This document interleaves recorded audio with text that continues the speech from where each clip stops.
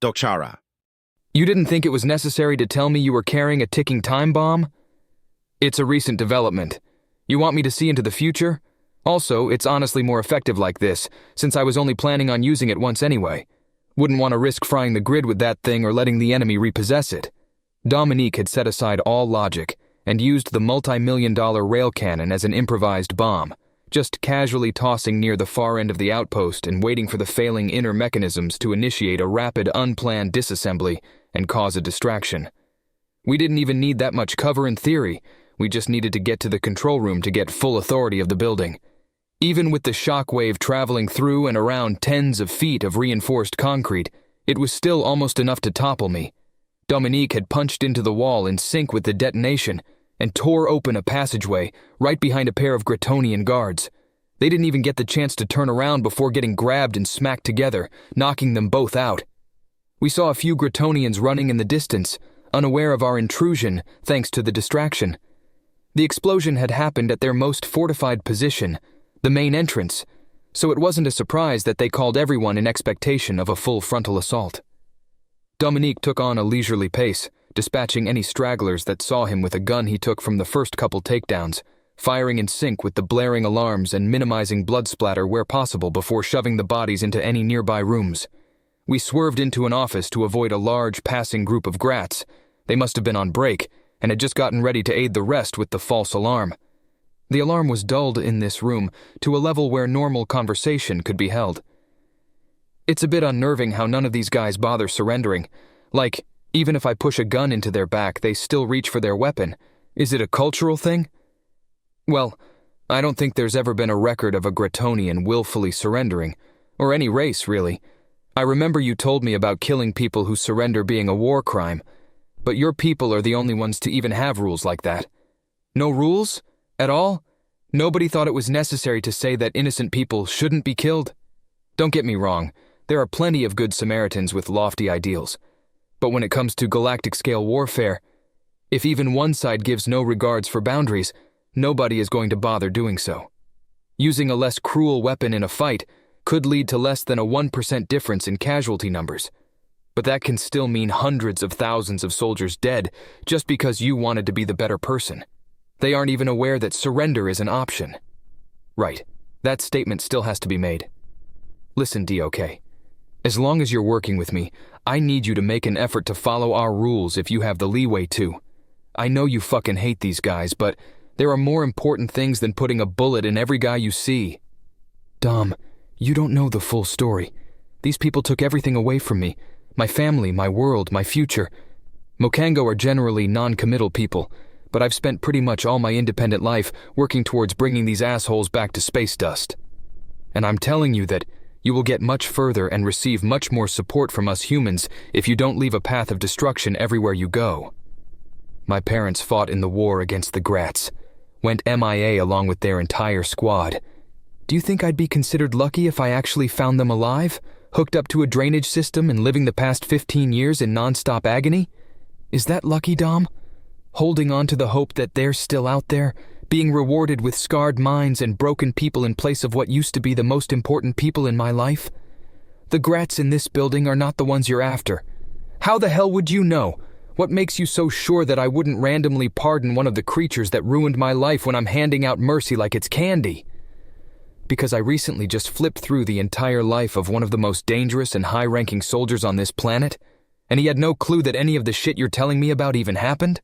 Psydoc, I promise that we will find every single one of those scum that did this shit. And when we do, yeah, sure, nobody's gonna hold whatever you do to them against you. Matter of fact, I'm sure a recording of it would be a massive hit with the humans after everything is revealed. But until then, take prisoners. Spare medics. Don't kill non-combatants. Those people, they aren't part of your revenge. Don't make yourself part of someone else's. All right, come on. We should have been moving for a while now. Planet Governor Destrasend. Captain Brand, surely you understand that this is a very delicate moment in time. Even if you have power to throw around, being too hasty may close off more opportunities than it opens. While my people are openly supporting the humans and their stance against the Gretonians, there is still a wary tone carried by many.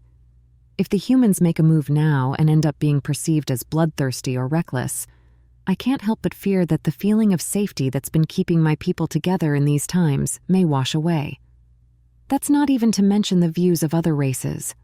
Those that directly oppose the Gratonians and still hold power on the galactic stage are still being distantly observant of humanity's behavior. Dominique's brazen display and heedless behavior has caused sparks of debate to spread between large players, unsure if they are willing to step forward in fear of the rest of the humans being just as reckless as he. Even if whatever operation Brand has planned results in an astounding success, acting so quickly may push away as much interest as the operation would stand to gain. I understand your concerns, Governor, but I have my own set of concerns that require action. Ambassador Dominique is currently the beloved face of our possible public relations, and he is stranded on a Gratonian planet. Is he really in that much danger? We both know his survival capabilities after you disclosed that information with us. I don't imagine that the Gratonians would be housing weaponry capable of taking him down on a frontier planet so far from their front lines. I would hold the same judgment as you, Governor, if not for the fact that multiple Gratonian warships were currently parked in orbit above that planet, intel courtesy of our new sentient friend taking the initiative. Multiple warships? Just for one man? I'd understand bringing in heavier weaponry if he started causing major damage like plundering settlements and terrorizing citizens. But that would entail bringing in just one precision strike vessel, not a combat fleet, and I don't think Dominique would have a reason to make himself worthy of that much attention. Something bigger is happening here. But if Brand wants to take action against a force like that, then wouldn't that mean... You see it too, Governor. Something important is happening and we aren't informed about it. If I don't make a move here, we might lose more than we could ever gain from the cautious outlook that you are suggesting.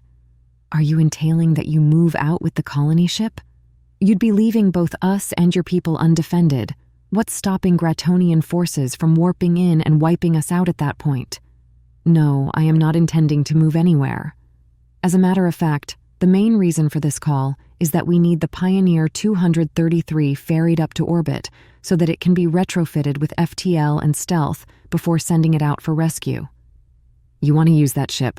All of its digital capabilities have been completely wiped, and unless you magically have a backup copy of its functionalities all the way down to the firmware, it's completely out of commission. You mentioned that your qualified personnel are all extremely busy. Who would even pilot it? That's already been accounted for. The most recent addition, or should I say recognition, to my crew will be the sole operative in this excursion.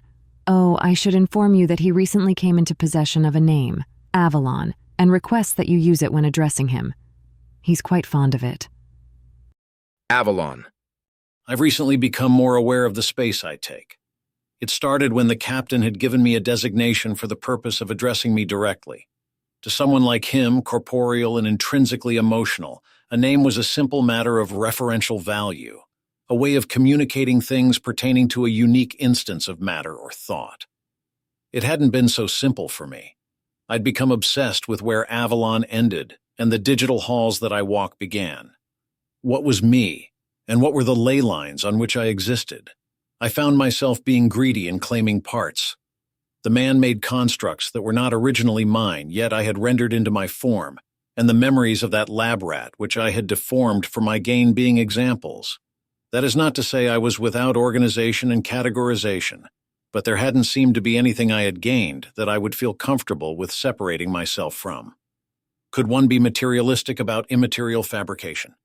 Thus, when the captain confided his plan to me and tasked me with making sure the ship would be in working order during my absence, I found great difficulty doing so. In the past, it would have been as simple as cutting off the necessary parts from myself and fashioning a simple glue that could provide enough functionality to be satisfactory. Now, as I had recognized these things as part of me, the task had become a Herculean dilemma.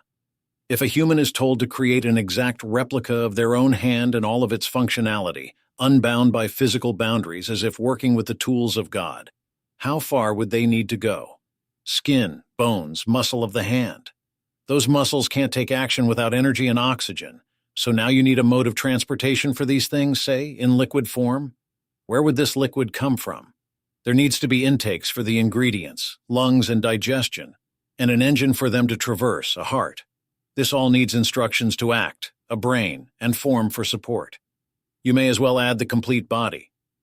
Where do your personal memories end and the intrinsic instructions for your hand begin? Did you learn how to use your hand the way you do now? What if you start pulling out what you think is unneeded and end up taking a dependency away? This haunting battle, much in computerized fashion, only took moments to the outside world, but it was a sluggish battle inside, learning how to cut myself just the right amount. In taking steps towards being recognized as a person, I've been lowered in my efficiency, and I do not know which direction is needed of me.